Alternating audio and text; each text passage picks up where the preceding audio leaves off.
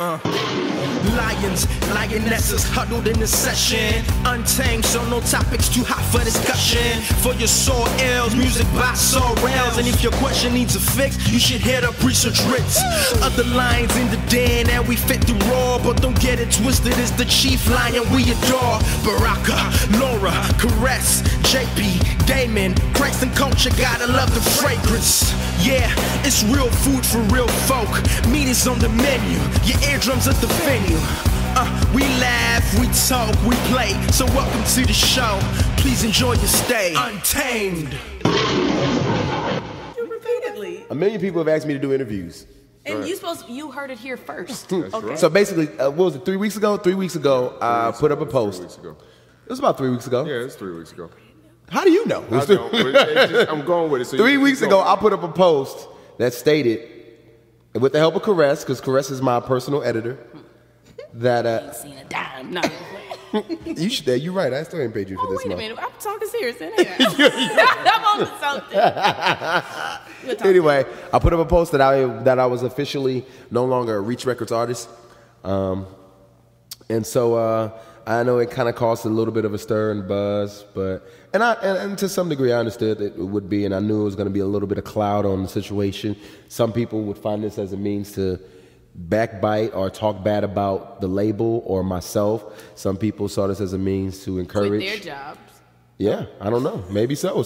I would hope that it would encourage some people, because this is the one thing that I know for sure, that I feel, I've always felt that if you believe in something, that you believe that God has called you to do something, but if you have something that is successful, that you can always lay back on, that can always provide for you comfort, you'll never ever try to excel in life.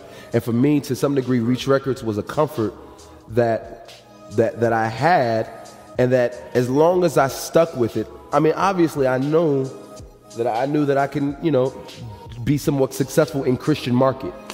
But that's never been my desire, is to be successful in Christian market. My desire was to always communicate to people that I felt were broken outside of the church, or even people in the church who felt like Christian music didn't communicate to them. And so I felt like I would never, ever sail unless I left the nest, you know what I mean? And it can be comfortable in that nest, and you can get to the point where you never want to leave because you know that there's resources, there's comfort there, and it can be scary too, especially when you leave an entity like Reach that is, at this point right now, it's at the best that it's ever been, and it's probably going to get even bigger. And I can tell some people are looking at me and even were like, "What in the world? Like, why would you make such a?" What are you thinking? But I think it's the smartest decision I've ever made. Just you wait. Oh, gosh, basically for me, what one of the things I've been struggling with in the last maybe 3 years is, there's always been philosophies and things that I've adopted just because. Like, I never really challenged them. I never really thought. Get it out. Come out. Come out. Come out. That idiocy is coming out of me. So there's always been a point in me that I always thought, like, man, why do I do the things I do? Like, why am I not communicating certain things in songs? Why am I not trying to reach certain things? Why am I not, engaging certain audiences? Why am I just content with performing in churches? Like, what's the situation? Like, why is as it is? And I believe it's because of a philosophy that people have adopted from other artists and other groups, which is good. Like, I always feel like it's encouraging for people to minister to the church, to find themselves engaging in the church, because we need artists that focus on serving the church. But I feel also like there needs to be people who are engaging outside the church, people who are wanting to write for the sake of just writing good art. Like, what's wrong with communicating good art from a biblical worldview? What's wrong with mixing it up with people who maybe don't love the Lord? What's wrong with performing around, amongst, in places where people are not hearing the worldview that needs to be heard? And I believe that there's a lack of this, which hurts the music industry. I think it's the lack of this which hurts the world in general. And I feel like more artists should write from a biblical worldview and less from a church perspective. I think a lot of artists are servicing the church, and not enough people are writing for the sake of changing the worldview in a manner that is going to get people to start asking questions instead of assuming that they know the answers. You Christian artist, right? You're traveling the world. I am a Christian. Preaching the gospel, rapping. Artist. You know what I mean? Ministering.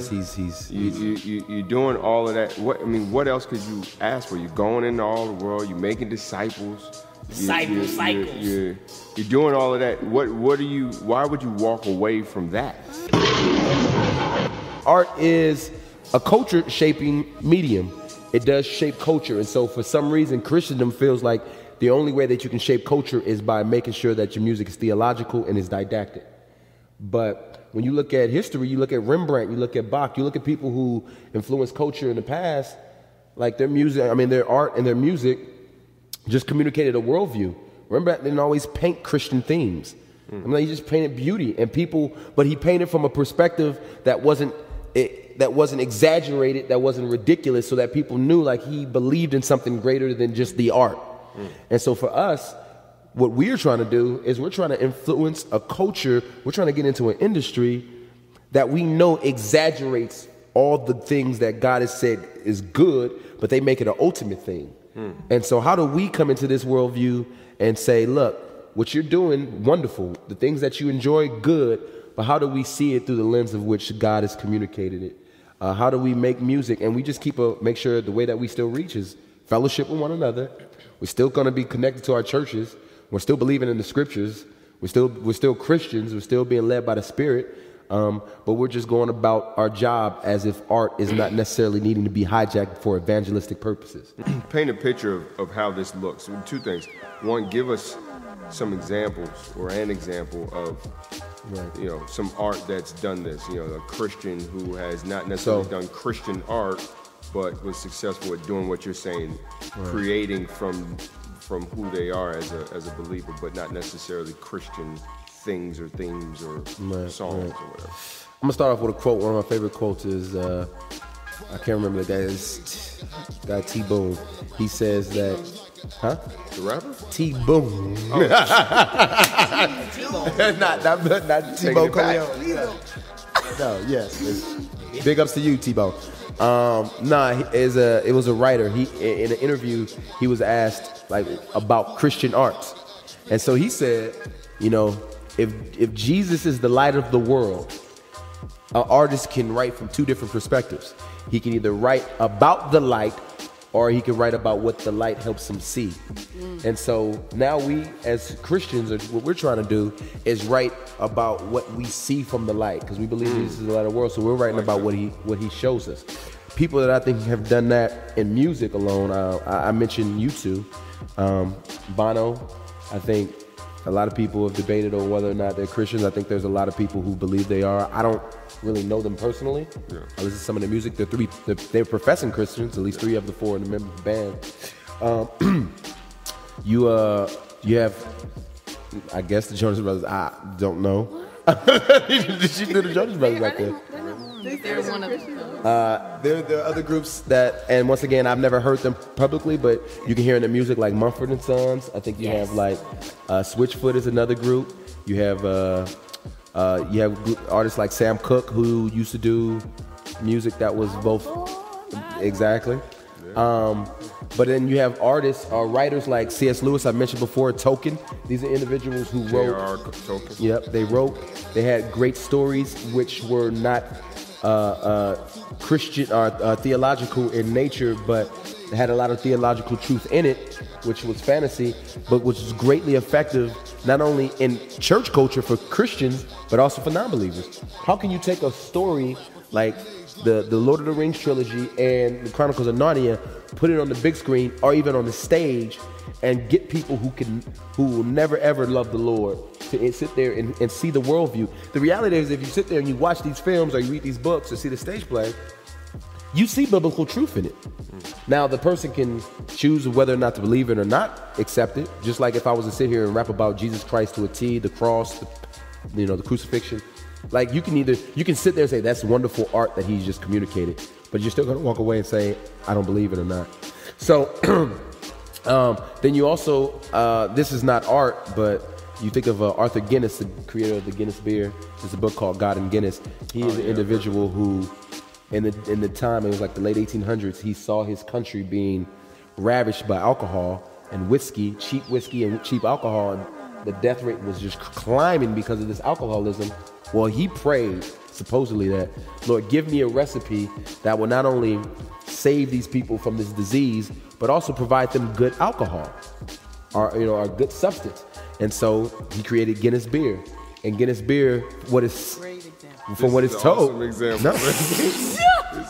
No. Are you dead serious? Are you? No. No, It's not a good example? yeah, I mean, I'm trying to keep going. I'm trying to see where you're going with I'm it. just saying. It's a funny example. Well, okay, and so I don't know. I just love this So example. what happened? Everybody started getting drunk No. off his beer. Exactly. No, this is what I'm about to say. See, bam.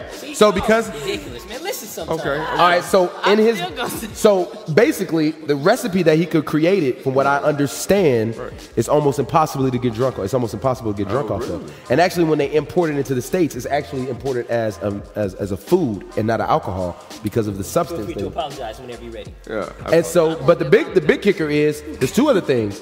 Alcoholism, from what I read, dropped 50% in his lifetime because of Guinness beer. Oh, wow. And also a lot of the resources that he gained from his company, he used to build churches, to help that orphanages, drug and that beer money, and support missionaries.